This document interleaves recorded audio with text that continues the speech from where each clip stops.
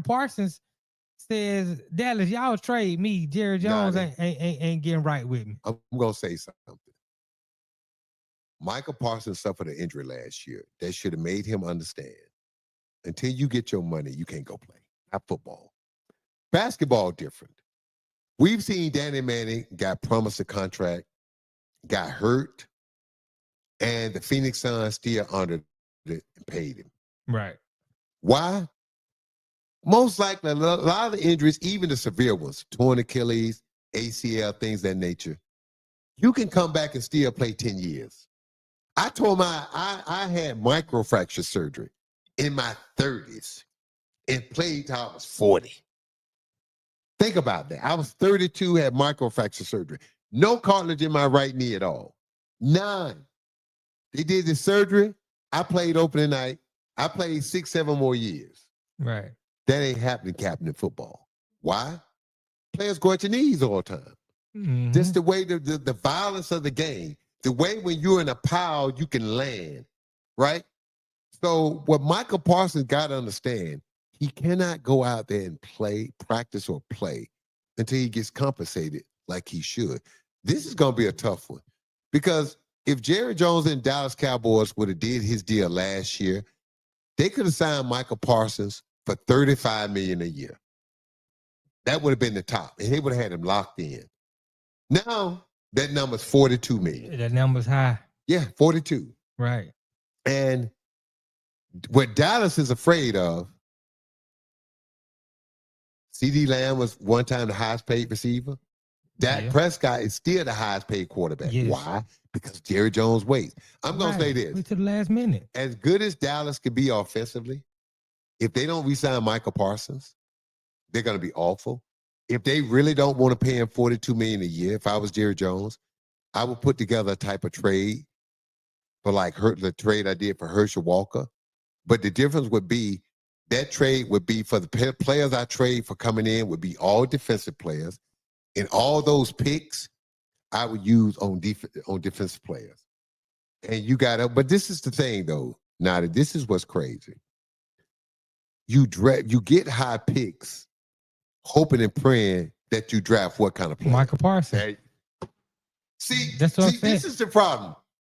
Even if you trade Micah Parsons and you get these picks, you're going to go back into the draft looking for another Micah Parsons. Right. And if you find one, you're going to have to pay him. And that number going to be $50 million by the time he develops. Exactly. But this is the problem. If you don't find one, your team is going to suck.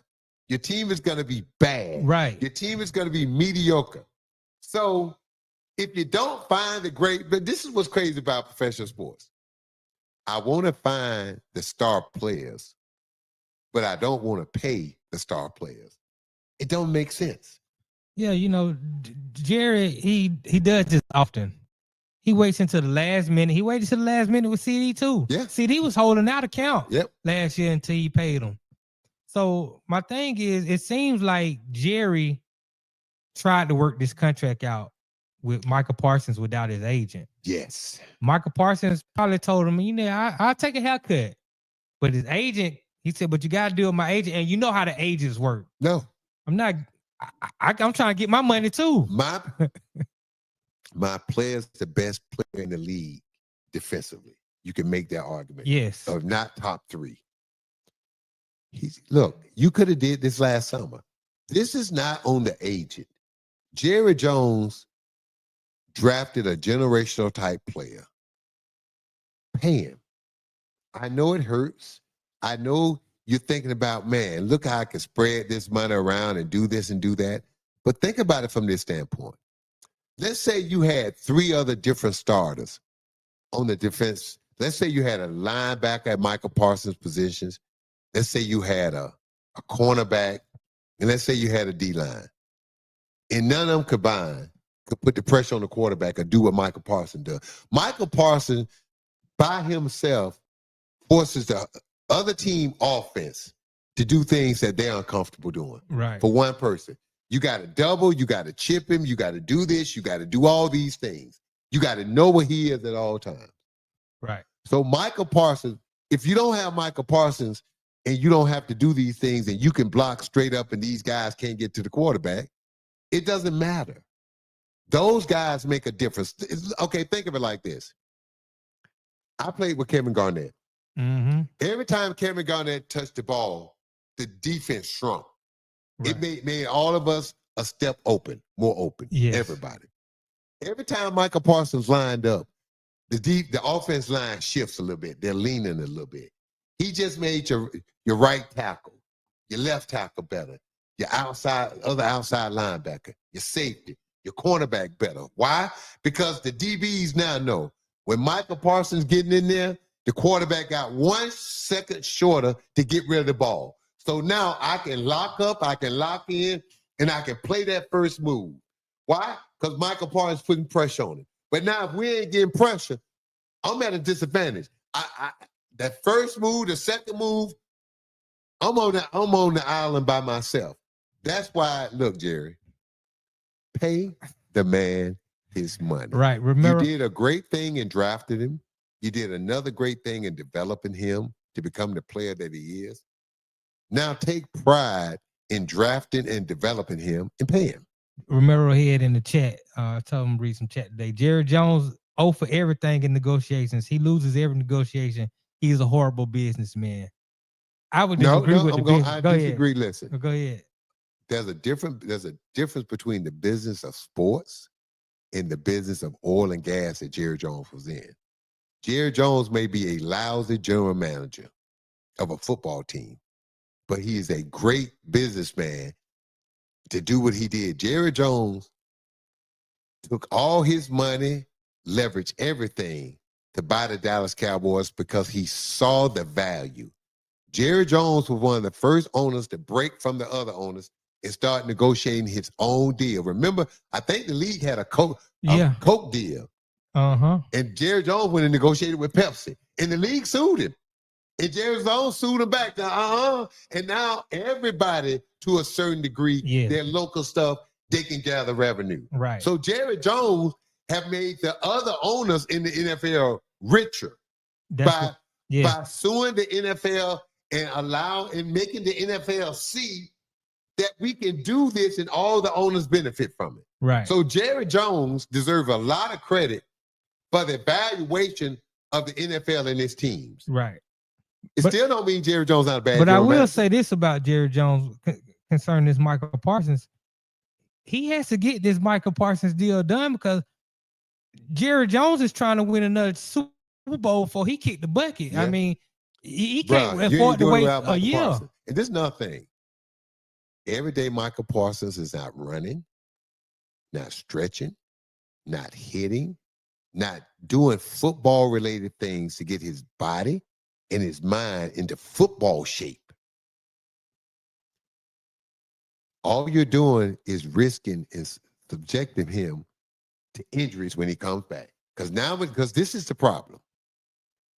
The reason you have a training camp, the reason you have off-season conditioning is to ease your body back into the grind, to ease your body back into the intensity.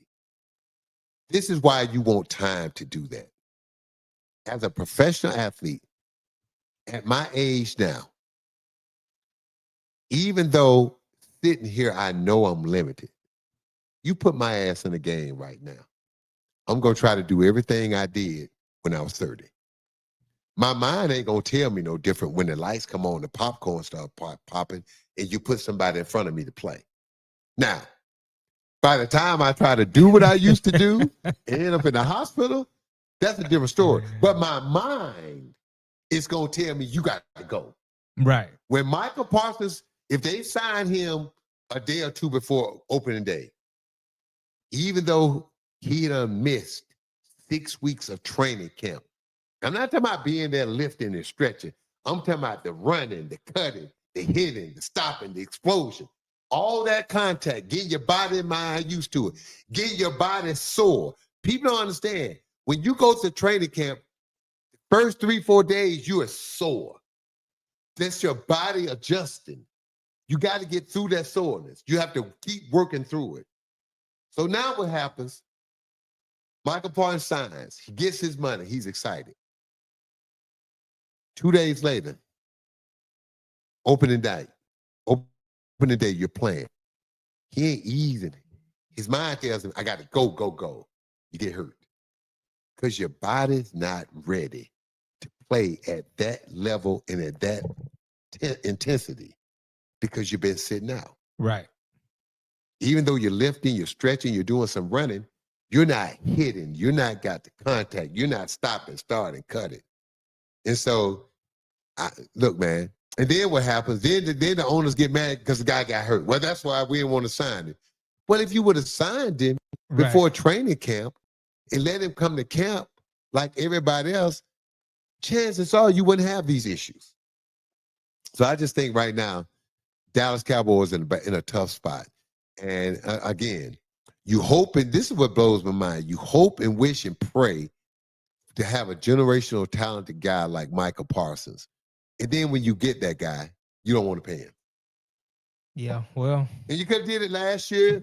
You could have, right now, Micah Parsons could be sitting there saying, wow, I'm the fourth or fifth highest defensive player at $35 million a year if you would have did it. But he couldn't have had anything to say because he got his money. Right. But why Jerry Jones waiting?